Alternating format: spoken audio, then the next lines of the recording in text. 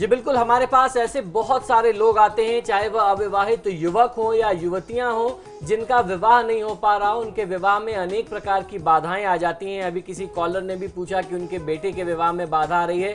उनके लिए कौन से ऐसे वास्तु के उपाय हो सकते हैं, उन्हें कौन कौन से ऐसे उपाय करना चाहिए जिसका वो लाभ ले सकें।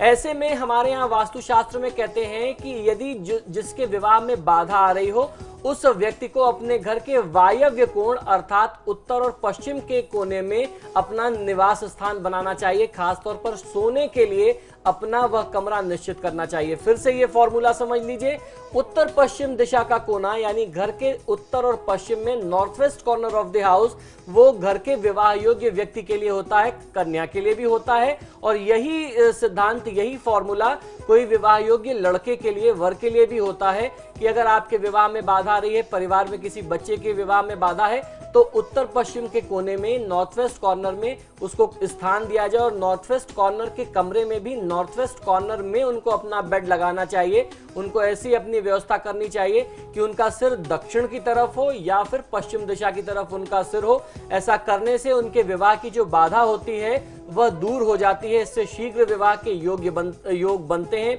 यदि किसी परिवार में अलग से कमरा ना हो तो वह व्यक्ति को करना यह चाहिए कि वायव्य कोण वाली जगह में उस व्यक्ति को सुलाएं जिनके विवाह में बाधा आ रही है। तो इससे बहुत अच्छा लाभ मिलता है। इससे आपके विवाह की बाधा या आपके परिवार में जो व्यक्ति है उसके विवाह में जो बाधा आ रही है वह दूर हो जाती है। कुंवारे लड़के या लड़कियों के शयन कक्ष में हरे पौधे या फूलों का गुलदस्ता आपको नहीं रखना चाहिए। फेंग शुई में इसे लकड़ी तत्व माना जाता है एवं लकड़ी तत्व जो है येंग ऊर्जा को बढ़ाता है। अतः येंग ऊर्जा अधिक हो जाएगी यानी निगेटिविटी अधिक हो जाएगी तो विवाह में बाधा पैदा करेगी। तो जो विवाह योग्य व्यक्ति हैं उनके कमरे में आपको फूल या उनसे संबंधित गुलदस्ते नहीं रखने चाहिए। शयन कक्ष में गहरे व लाल रंग के पुष्प कदापि न हो क्योंकि ये शुभ नहीं माने जाते। सफेद रंग के पर्दे या सोने के बिस्तर पर सफेद रंग की चादर शुभ मानी जाती है। आप सफेद रंग के कलर्स का प्रयोग भी कर सकते हैं कमरों में, कमरों को पेंट करने के लिए। सफेद हो, क्रीम हो, येलोइश हो अगर तो बहुत अच्छा लाभ मिलता है क्योंकि हमारे ज्योतिष शास्त्र के अनुसार विवाह योग्य कन्या के लिए बृहस्पति का मजबूत होना बहुत अच्छा होता है। तो पीली चादरें, क्योंकि बृहस्पति का रंग पीला है, कमरे का रंग अगर आप क्रीम करते हैं, हल्का येलो करते हैं तो बहुत अच्छा लाभ मिलेगा। टीवी, टेलीफोन या कंप्यूटर भी शयन कक्ष में नहीं रखना चाहिए। ये तो आम बात है जो किसी व्यक्ति को अपने कमरे में नहीं रखना चाहिए।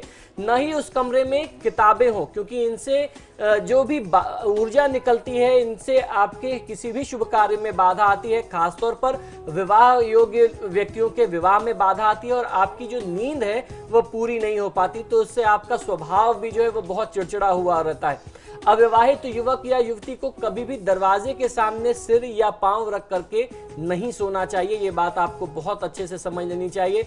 वायव्य कोण में क्रिस्टल का झाड़ यदि आप रखते हैं तो ये बहुत अच्छा होता है। वायव्य कोण वाले जो कमरे में प्रेमी युगल के चित्र आप लगा सकते हैं, मोर, मोरनी या लव बर्ड्स के चित्र आप लगाएं तो बहुत अच्छा लाभ मिलता है। शयन कक्ष में हल्के गुलाबी पर्दे का भी प्रयोग किया जा सकता है।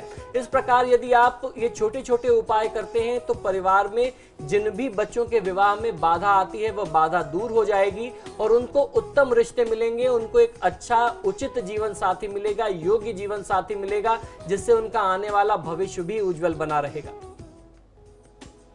तो दर्शकों बहुत बहुत शुक्रिया आपका हमें कॉल करने के लिए। पंडित जी आपका भी बहुत बहुत शुक्रिया हमारे स्टूडियो में आने के लिए और दर्शकों को इतनी महत्वपूर्ण जानकारी दी। नमस्कार। तो इसी के साथ आपके सितारे में फिलहाल इतना ही। खबरों के लिए देखते रहिए समाचार प्लस। नमस्कार।